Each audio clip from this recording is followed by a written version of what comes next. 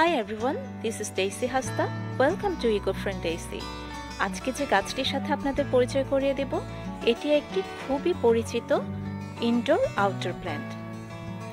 এটি সাধারণত সৌন্দর্য বৃদ্ধি এবং শুভ লক্ষণ হিসেবে পরিচিত, যার সায়েন্টিফিক নাম হলো এপিপ্রিনাম অরিয়াম।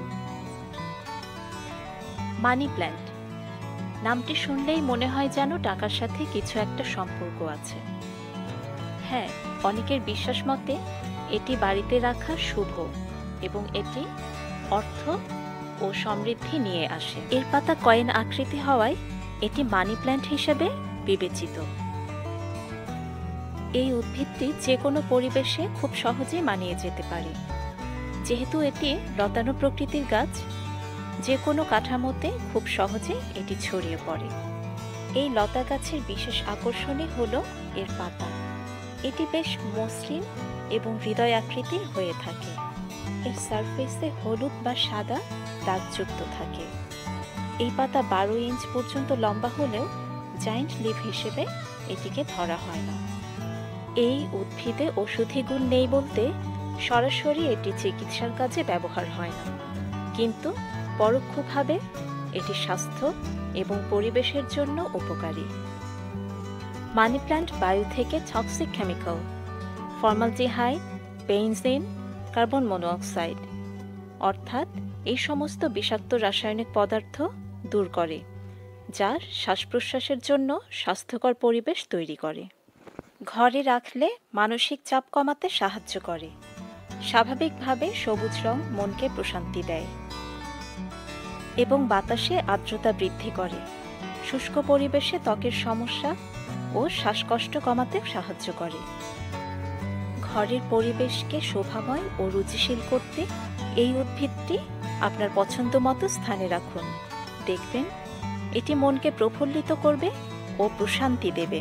তবে যে সাবধানতা অবলম্বন করতে হবে সেটি হলো যাতে কোনো শিশু বা পোষ্য প্রাণী এটি যেন মুখে না দেয়।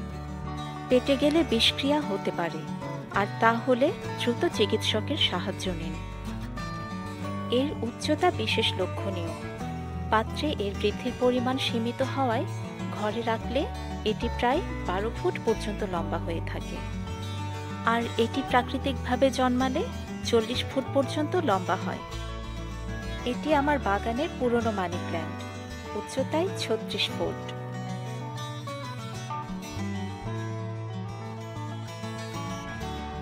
অনেকের মনে প্রশ্ন জাগতে পারে, ছোট পাতার কাণ্ড নিয়ে চারা করলে এটি বড় পাতা দেবে কিনা? হ্যাঁ, অবশ্যই দেবে, কিন্তু এর জন্য প্রয়োজন পর্যাপ্ত আলো, পর্যাপ্ত পানি এবং জৈব সার। তাহলেই কিছু সময় পরে বড় পাতা উৎপন্ন হবে। মানি প্ল্যান্ট প্রপাগেশন খুবই সহজ ও কার্যকর একটি প্রক্রিয়া। যেহেতু এর কাণ্ডের স্তরে স্তরে শেকড়যুক্ত থাকে, আপনারা চাইলে এর কাণ্ড 2 থেকে 4 ইঞ্চ কেটে পানিতে অথবা সরাসরি মাটিতে রোপণ করে প্রপাগেট করতে পারেন।